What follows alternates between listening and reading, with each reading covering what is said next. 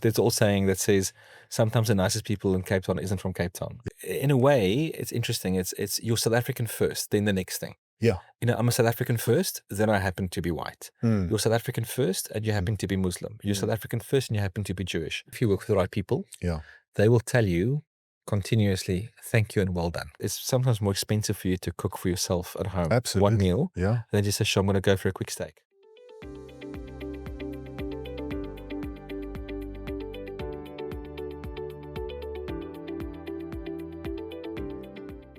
Welcome to the Training Portal podcast. Today, I'm handing over the mic to the ever-insightful Danie Krige, who'll be guiding you through a conversation with none other than Bertus Basson, renowned chef, restaurateur, TV personality, and passionate advocate for South African cuisine.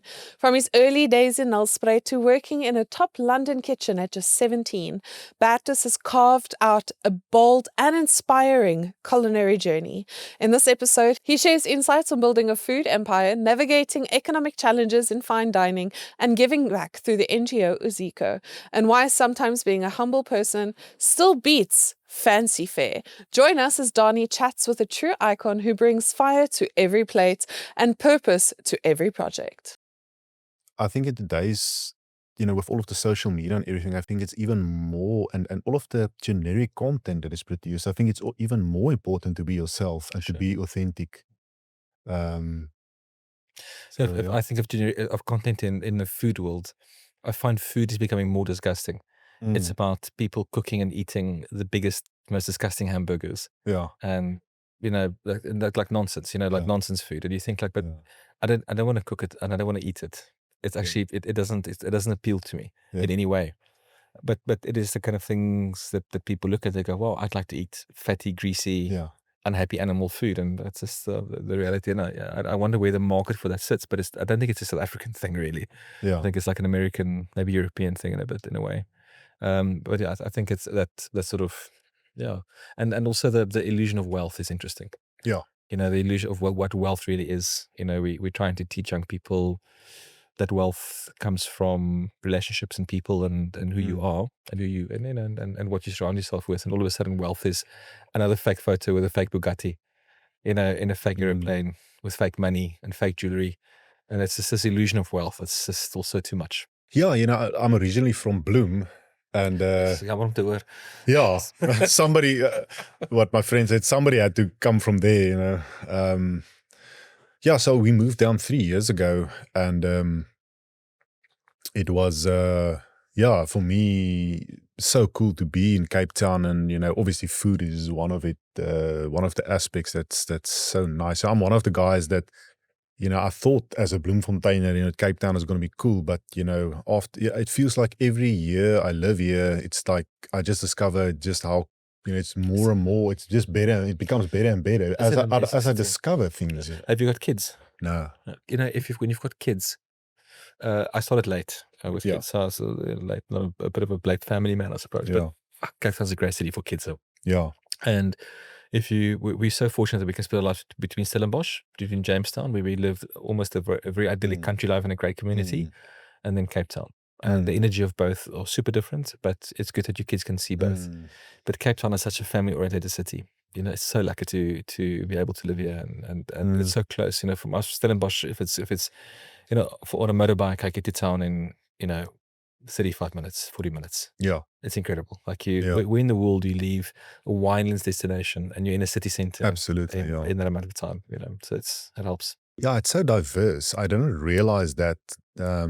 And like you say, within like a half an hour's drive. I mean, when I live, I can walk to any restaurant in that area, but it's like 5 minutes drive, then I'm in the city or I'm at the V&A. Not that I go to the V&A a lot.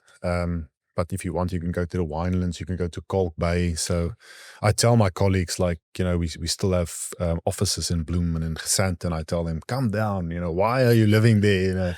You don't know what you're missing. Life is too short. Yeah. So, yeah. Yeah, look, and I think we are lucky. The reality is we live in a province that's governed well. Yeah.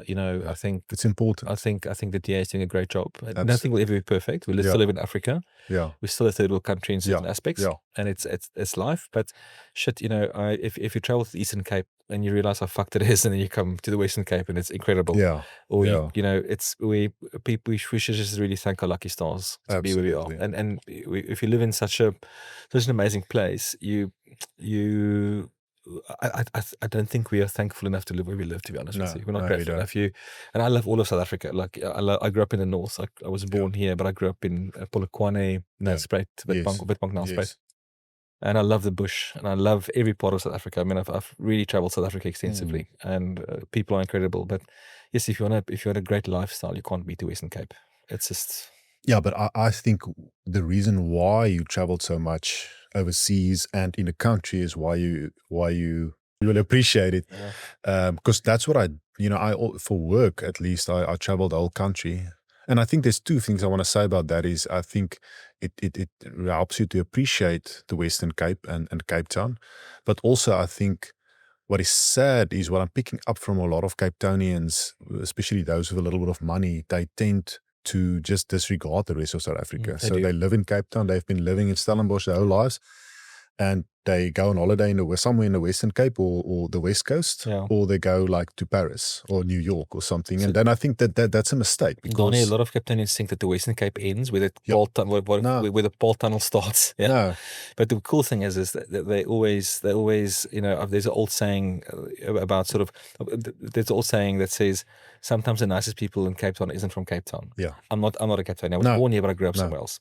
So a lot of our friends are ex-Joburgers and those sort of things. Yeah. And if you speak to them, they live in Cape Town, Stellenbosch, whatever, but the holiday in the bush. They go back to the Kruger, they go to Namibia, and you can't disregard the rest of South Africa. Culturally, it's significant for us as South Africans, as Cape Townians, to understand that there's from a food perspective, for me, obviously, we've got a very specific Cape culture. There's been so many books written about Cape cuisine, the how we eat in the Cape, the culture, the history of our food, where we come from, and it is a mother city. She gave birth to the rest of how we see South Africa now.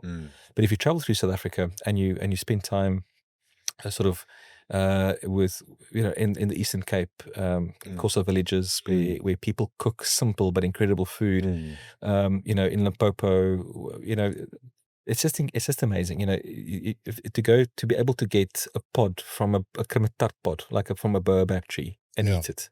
Yeah.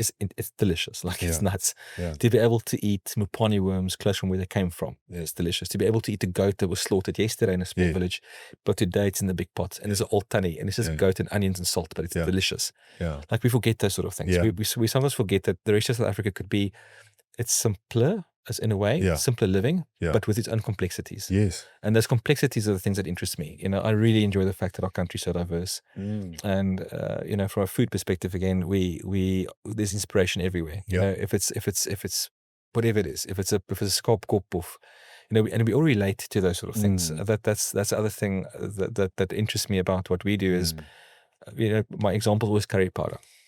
Not one ingredient in curry powder comes from South Africa. Okay, nothing. It was all imported. So there's one thing you can find in every cupboard from Constantia to Kailicha.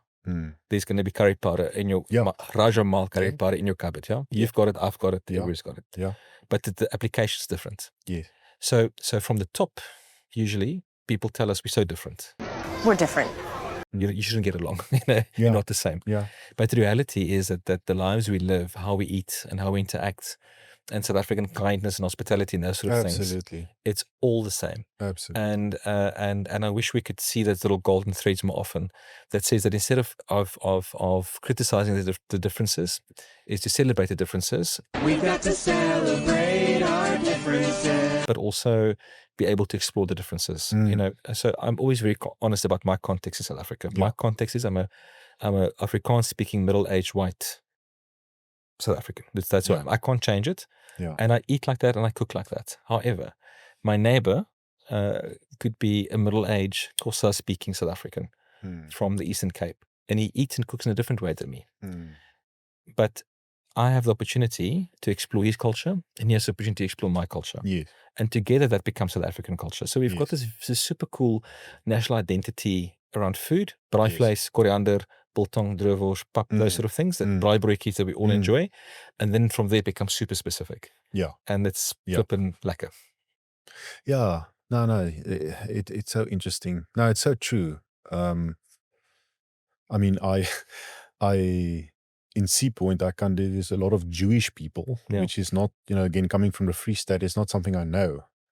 Like growing up and in the 80s and 90s in any Free State town, you would have like one aging Jewish family or a father and the kids are already back in Israel. But yeah, so I thought to myself, hell, they're going to have, obviously they eat different food and it's kosher and it's this and that. It's a totally different culture. I'm going to be, but the nice thing is, if you speak to them, they're like, no, we're going to have a chop tonight and, the pap and and we're going to have this with the braai and biltong, so you realize, well, even with them, there's so many similarities. I find the same with all South African cultures. We, Cape Town has got quite a big Muslim community. Yeah.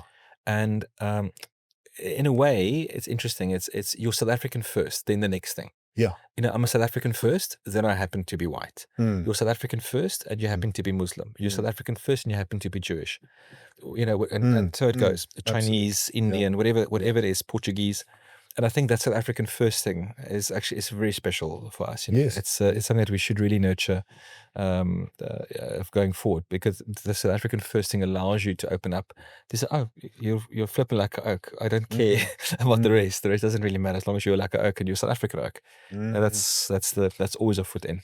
And I think especially if you go overseas, I haven't been overseas that much, but you kind of come back and you think, the South Africans are just naturally friendly people. Sure. If you go overseas, it's like people don't give you the time of day, and they, yeah. It depends on where you go. I think, especially when you go to big cities, people always say, I love England. I used to work in London, and I travel there quite often if I can. Yeah.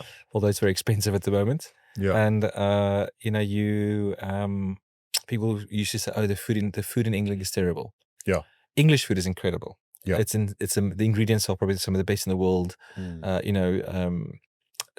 It's a wonderful eating culture, but London's not England. So they want to judge London, English food, by eating in a tourist restaurant in London.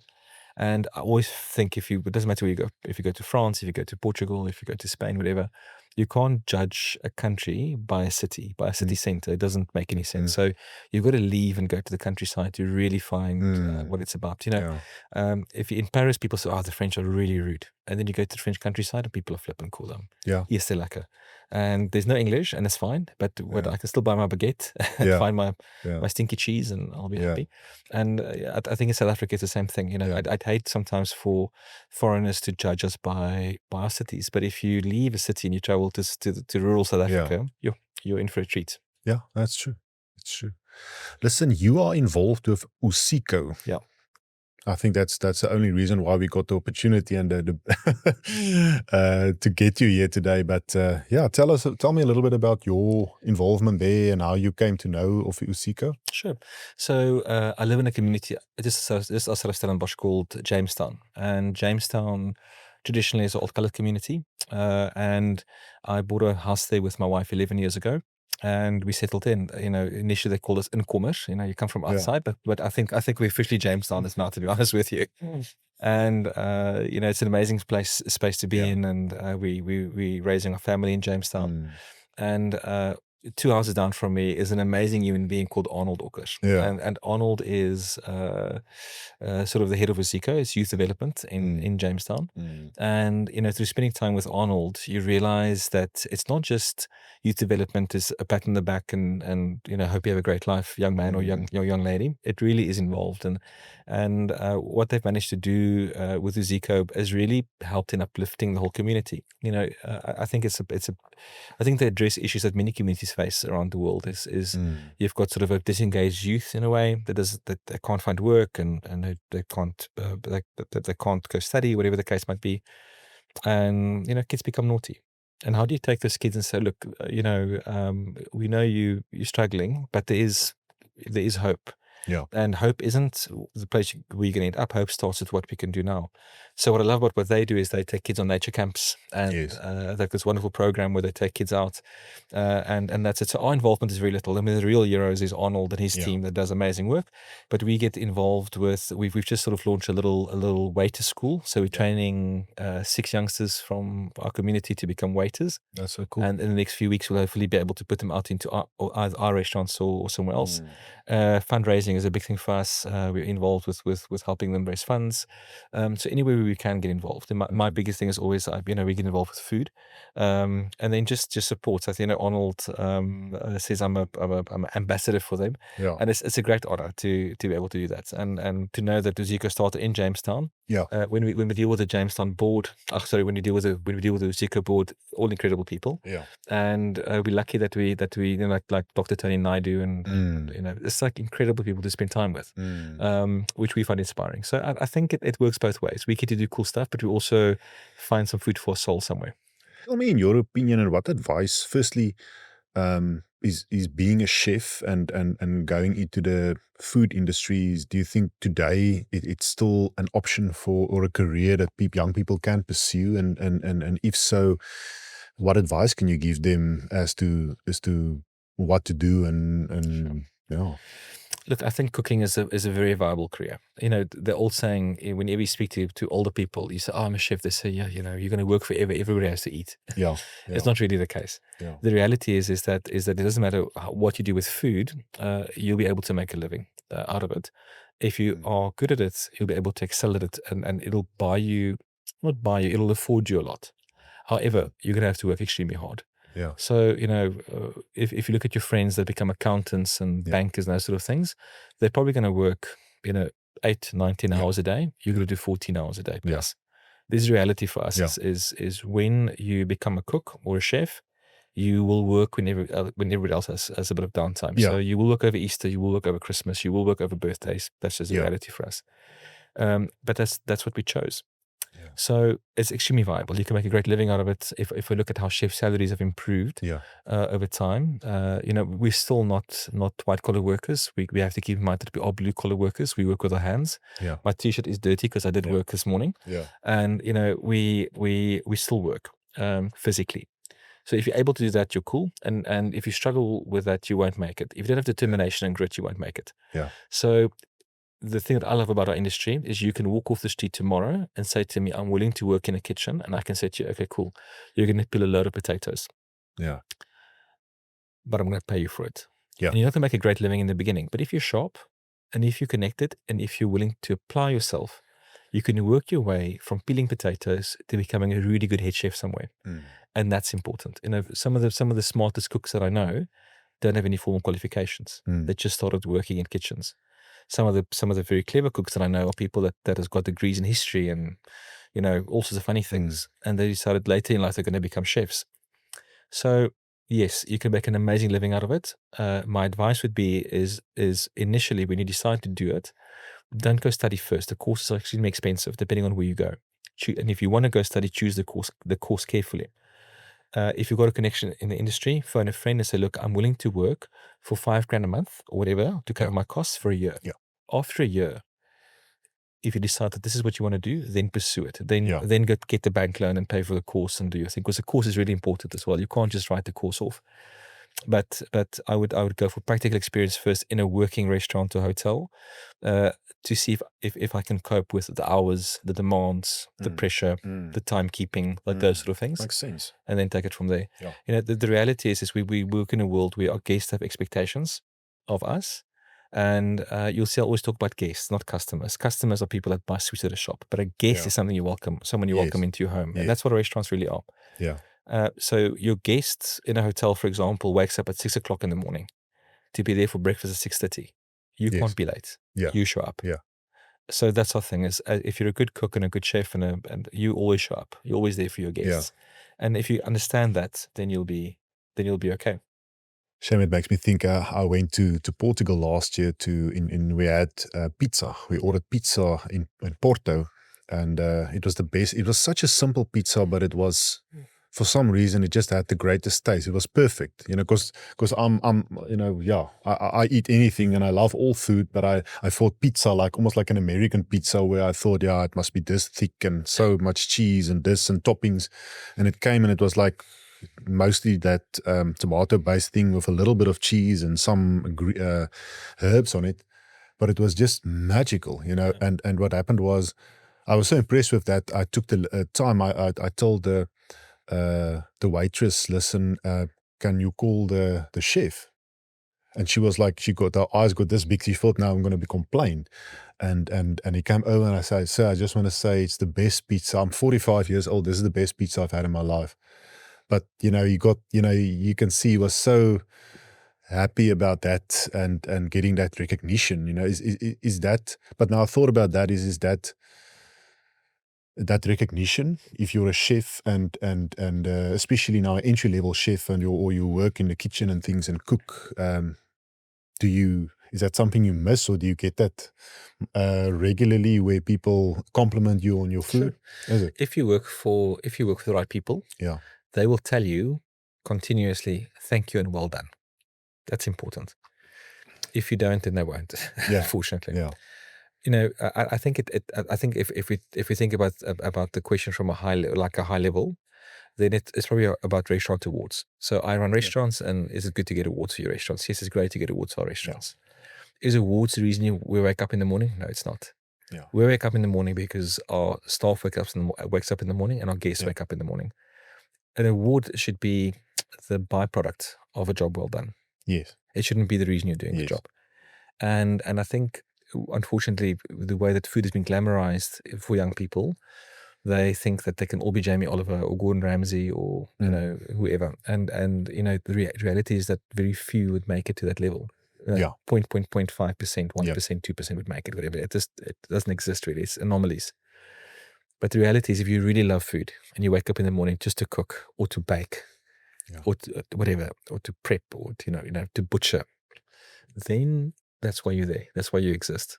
The rest of the stuff can happen. And if you are a good baker, cook, butcher, whatever, then in some way recognition will come either from your guest that says, thank you, we had an amazing time like you did, or from a third party that says, like, you're really cool at what you do, here's an award, congratulations. But usually, if you work with the right people, it should be an internal thing where your chef or your boss says to you, sure, this is amazing. Yeah. And then the best recognition is when you've done something really cool and you can tell yourself, shit, that's amazing. Self-5. Yeah. You know, I need to try and get it like that every time. Yeah. You know, and then the times you don't get it right, you can be hard on yourself.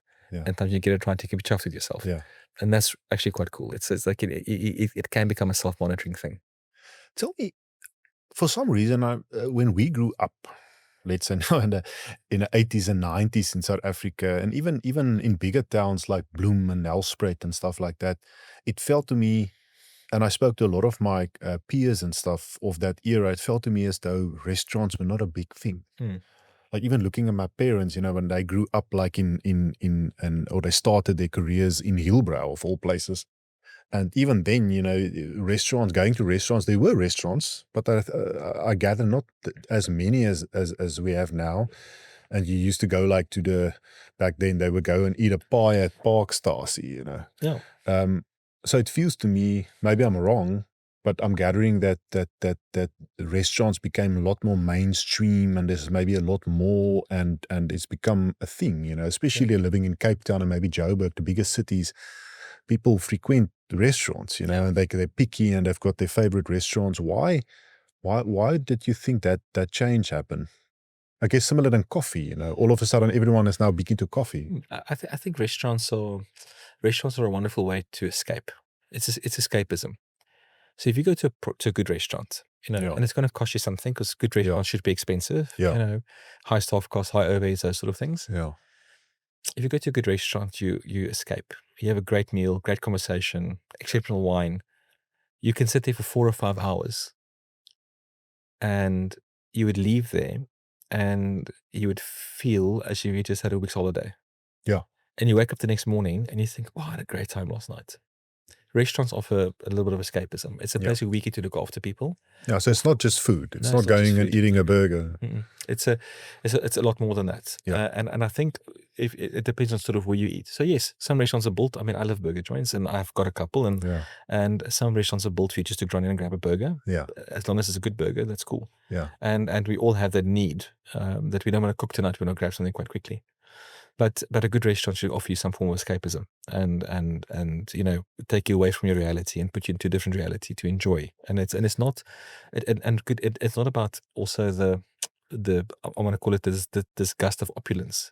It's not all foie gras and caviar and, you know, and champagne. Yeah. You could have a really great evening at your local Italian place. Yeah. Just simple food, a glass of wine, great company. Yeah. And that could be your escape. Yeah. You know, it doesn't have to be opulent and crazy. Yeah. But when I was a kid, the top restaurant was the Spur. Yes. That's it. Yes, and, it was like that. I've got kids, so I still go to Or Mike's Kitchen. Mike's Kitchen. We had a porterhouse in Elspruit. That was quite a fabulous one, to be honest with you. Yeah. And it was a treat. It wasn't an everyday occurrence. You know, we treated ourselves. My family would treat. It was a family treat once a month to go to a restaurant. Yeah. I also think it's got a lot to do, I suppose, with South Africa's unhealthy eating habits as well. But food has become so accessible now. Yeah. And easy to get. Yeah.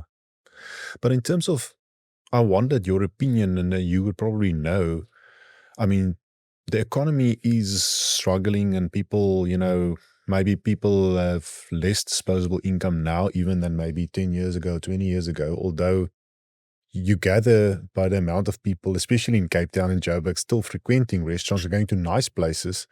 You're willing to almost, you know, spend a larger degree of your disposable income on restaurants. But I think it's more prevalent also when you look at single people or just couples. When you're a family, it's a bit different. Yeah. But if you go to a supermarket now and you fill a basket, it's $2,000. Yeah. Okay. Yeah. Now, it's sometimes more expensive for you to cook for yourself at home. Absolutely. One meal. Yeah. And then you say, sure, I'm going to go for a quick steak. Yes. You know, but where you go for the steak can vary, you know. Yeah. So, you know, as far as steakhouses are concerned, in South Africa, a really good general one for me is the Hussar Grill. You know, you can go to the Hussar and you get a really good steak and chips, and it's lekker. Or you can go to a very fancy one and pay triple or 4 times that. It depends on where you would like to be, but it'll still, if you go to the Hussar, it's probably still cheaper just to go there than to go and buy a steak from a shop.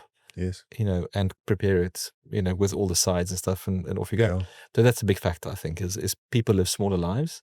And then also in Cape Town, you know, properties are small in Cape Town. Joburg's a bit different, but in Cape Town, if you live in the city, you've got a smaller home. But expensive. Expensive and small. and you would like to get out. Yeah. So you go, sure, you know, I'm in a small apartment, but I'm going to live a big life outside of my apartment. Yeah. So I'm going to enjoy the mountain. I'm going to go to the beach. I'm going to eat out. Yeah. And that's the thing. So I think again, it's a matter of convenience. You know, people can be very critical of of fast food, for example. I mean, I admire companies like McDonald's because of the convenience that they've created for the world. You know, and it's an interesting thing to think. Obviously, from a food perspective, you know, we know it's not the healthiest thing for you to eat, but the convenience factor is huge, and food has become a convenience commodity. You know, you want to grab something, but you want it now, like coffee. Yeah. Tell me, my wife has got this skill, this very specific skill that she finds like a hound dog. She finds always the most expensive restaurant. If she walks into like Stellenbosch, or she drives around, she says, let's go to that place. It will always be the most expensive place in Stellenbosch. And I've had many unfortunate, where the experience was fantastic, but my wallet suffered. Yes. So, and I've got friends that's big into fine dining. Now again, excuse me, I'm from Bloemfontein. I'm used to now braaivleis and pap in braaibroodjies and brandewyn. So I guess I'm a bit unrefined now living in Cape Town. How do you feel? You know, sometimes I feel like, you know, I can maybe count 1 or 2 fine dining restaurants that I walked out and felt, you know, yes, that this was incredible. Everything I tasted was good. But I also went to a whole bunch of them when I walked out and felt, you know, yes, it wasn't, none of which I had was great quality. I didn't enjoy it. It was very, very expensive. So how do you, what advice would you give for people that's as unrefined maybe as me, to say, you know, what mind shift do you have to make to say, listen, Because there's for me a big difference between, let's say, going to a Zar grill, which is good food, but it's a steak and it's in a way, I guess, less sophisticated than fine dining. Sure. Firstly, how do you feel about fine dining in each place versus, let's say, a Zar grill type of thing? And how do you make that mind shift like me to say, listen, you'll fork out that money for fine dining? So, Danie, look, there's a few things to unpack. I think the first thing is that you need to go to a place where you're comfortable. So, and we've got a thing, for me, luxury is only luxury if it's comfortable. Yeah. Okay. I can say to you that plate costs 1,000 rand, that glass costs 1,000 rand, and your fork set, your cutlery set is worth 3,000 rand, and your chair is worth 10,000 rand, but it's not comfortable. It's not comfortable. Like, that's the reality. It can be pretty, but it's not comfortable. So firstly, go where you're comfortable. Yeah. I also don't like telling people how to act. So I've got fancy restaurants, Acre, Clarasbaan, Chorus, but we don't have a dress code. Yeah. We don't. We want you to be comfortable. If you decide you're going to go to Chorus and you're going to spend 2 grand a head or whatever, and you're going to come with your pluckies, be my guest, as long as you're comfortable. Yeah. Okay. Yeah. And I don't care if people look you up and down. It's not my problem. It's their problem, really. Yeah. So that's the first thing, is go to a place where you're comfortable. Secondly, give yourself an opportunity to try new food, but you don't have to push it to extreme and go for like a 10 grand a head meal. Yeah. You can do it simply. You can say, sure, I've heard of a great samosa place somewhere. I've heard of a Gatsby. What is a Gatsby? Have you had a Gatsby before? No, I would like to. Yeah. There's like what's the place in I forgot now. In the Golden Dish, man. Yeah. Still my favorite Gatsby. Yeah. It's in Athlone. Yeah. If you can, just go to the Golden Dish. For me, that's an amazing. That's an experience. Yeah. And allow yourself to have experiences around food that you might not have had. Go shop at Atlas Spices in the Boerkaap. Oh yeah, I go there a lot. I make a mean curry. Yeah, there you go. There's those sort of little things that allows you to experience food. And then every now and then you say to yourself, great.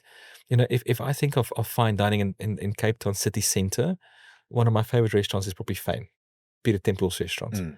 And you're going to be in for a pricey time. Doesn't matter who you are, but you're going to have a great time. And for me, those sort of things, those experiences are great. You can't do fine dining every day. Yeah. But a fine dining restaurant should really give you that escapism we spoke about. That should offer you like the ultimate escape to where you are. Now you get fine dining restaurants that does their job really well and find the best ingredients and cook it simply and focus and technical and employ the right people, have a great wine list. Yeah. And then you obviously get places that fake it. And unfortunately, sometimes when you get to the place that fake it, it's not that great. So do your research as well. Read up a little bit about the restaurant. I don't read reviews on restaurants. It doesn't matter for me. But read up about the chef. Understand that what they're working towards. What is their food philosophy. Mine, for example, I'm very South African.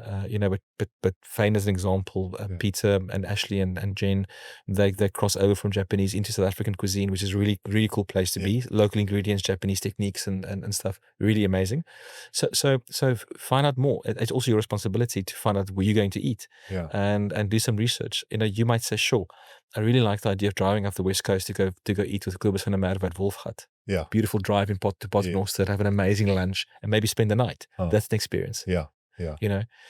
If you make a food part of your journey, you're going to have a good time.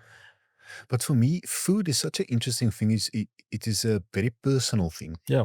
And sometimes I struggle because in my circle of friends, you've got poorer friends and some rich friends. Sure. And who pays the bill? but also no, I mean, we've got this deal that everyone pays for himself. Sure. But it's always for me a difficult thing. Like I would invite close friends and family sometimes. Yeah. But I know some of my family are from Bloem. Yeah. And they are not big food people. They literally they see food as it's something that you consume to survive. Yeah. If you could offer them a pill at night, they would take the pill. They don't care about food. But and they obviously don't want to spend any money on food. Sure. So now you socialize with people. Now it's like a thing, if you invite somebody to a restaurant, should you invite them to a restaurant? Some people I say, listen, come and I'll cook for you. Come and eat by me. So it's a very personal thing, and it's difficult for me to navigate that. No, what the beautiful thing about food is that food crosses all boundaries, man. Yeah. We all have to eat to survive. And I think sometimes some of the coolest food happens on the lower end of the scale. So some of the best dishes in the world is peasant food. Yes. And so there's a way to embrace that as well. If you ever feel the need just to treat, if you know your folks doesn't have a lot of money, and you say, "Oh man, I want to take you for the best burger in Cape Town," and you end up at the Tamat market at the Vryburger because that's where you must end up for the best burger in Cape Town. That sort of thing. People appreciate it. For me, when it comes to eating out, I always say that I dine out because I want to enjoy company first. I want to go out with friends or with my wife or with my family, and I want to enjoy their company. The conversation's important. The second thing is food. Actually, I'm lying to you. First is conversation, then it's wine list. If it's got a bad wine list, the food won't be great. And then it's sort of food and service after that. But that's why I go to restaurants to spend time with people. And it doesn't matter where you go. You can take someone to we spoke about Hesheng earlier, my favorite little Chinese restaurant in Sea Point, and it's a great value for money. You can take people to Hesheng and have an incredible time. And you won't even feel the bill. It's a little bump. Or you can go to an expensive restaurant. You must actually just choose where you go to enjoy yourself. But if you go out to enjoy company, you'll have a great time. Tell me, almost my last question, but possibly my last question. Again, it's so interesting to me, and I know, I cook myself. I'm not a great cook. I can make I make 2 great dishes. Which ones? I make a good curry. I'm very proud of that. Cape Malay or Durban style? I don't know. Okay, is it very spicy, tomatoey? No. Quite mild? It is tomatoey a little bit, but it's not, I can't eat very hot food, so I think it's sweet and sour? So a bit of vinegar, sugar in there? No. Okay. No. I don't know, but it's quite unique. But all of my friends say, listen, if you want to come socialize with Danie, make us a curry. So I make a good curry and potjie, but I can do many other dishes. But my question is, again, if you look at our parents, it was always the wife cooked. The father went to work, came back, sat in front of the TV and said, bring me my food, and ate the food. The males never, or the fathers, they never cooked really. But these days it seems as though most people I know, the men cook and they enjoy cooking. Again, why do you think that happened? Look, I think food offers a way of relaxation to people and socialization that it's hard to find in any other way. You get home, you open a bottle of wine, you have a glass of wine with your wife, and let's cook something. So you get the salad, I'm gonna light the fire, that sort of stuff. What I find interesting is I noticed it for the first time. I noticed it in 2008 when the economy crashed. A lot of my friends stopped eating out as much, and they said, hey, I'm making sourdough at home, or I'm pickling my own onions, that sort of thing. So people will sure, I'm not going to be able to eat out, but I'm going to be able to do cool things at home. Read recipe books, explore. Food offers you a way of exploring without traveling. It's an amazing thing. So you could go to somebody's home, cook together, drink wine together, have fun together, laugh together, it's very tell intimate, stories, extremely intimate, share a meal together. And again, you've escaped from your reality. But cooking and focusing on food is a wonderful vehicle to build bridges. It's a great way for you to spend time. It's a wonderful hobby. If you want to learn for the rest of your life, if learning new skills is your thing, then food is an amazing vehicle to do that. So, we often speak to people at cooking classes and those sort of things, and they're like, I can't make a souffle. But of course you can make a souffle. Anybody can make a souffle. The first one's going to be shit. The second one's going to be shit.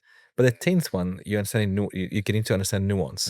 And when you understand nuance, how stiff the egg whites must be, must you whip out your little cream pat first, whatever those things are. Nuance is important, but you only get that through practice.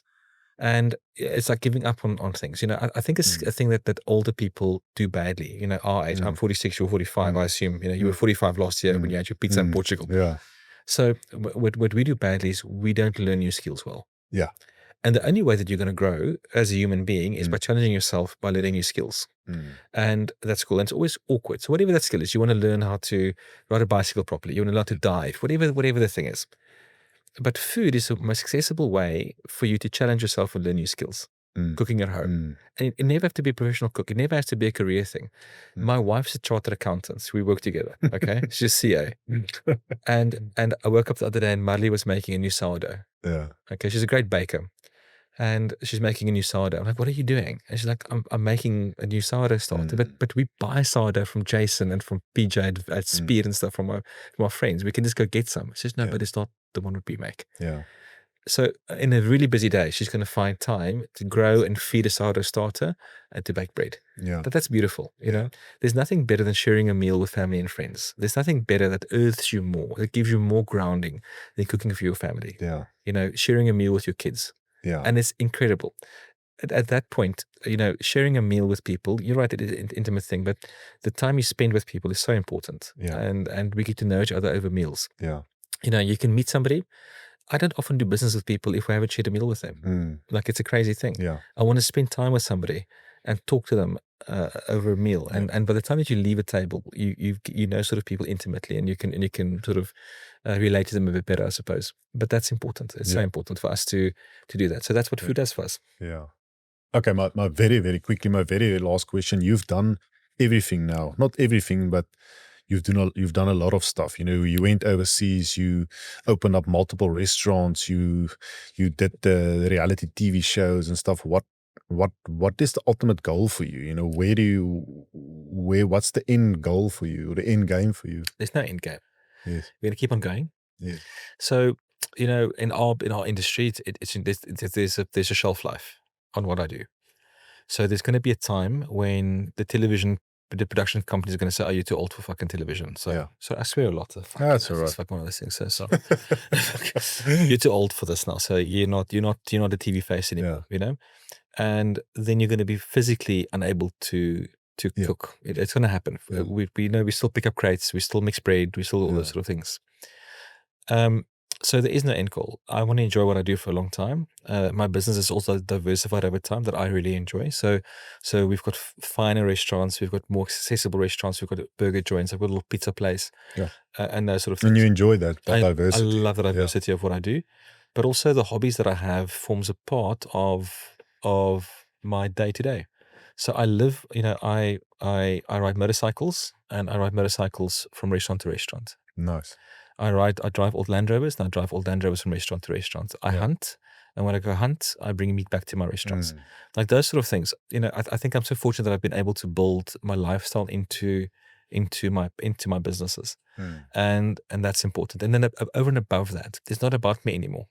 It's about the young people that work with me. So it's about my younger partners and people that work in our business, where that we build careers for and help them build careers for. So I'll stop one day when I feel it's time to stop to do what I do. But along the way, our mission is to help as many young people realize their dreams of working in our industry. Although it's not meant for everybody. The ones that are engaging and can work hard and are willing to work hard with us and are willing to give us time and believe in what we do, we will believe as hard in what they do. Yeah. And that's important. So that we really want to build careers for people in hospitality. Awesome. Thank you so much for your time. Pleasure. It was cool. There was no music questions. That's disappointing. Next time. No? I'll invite you for a curry. Sure. Next time on the Training Portal podcast. That we are now losing those skills overseas.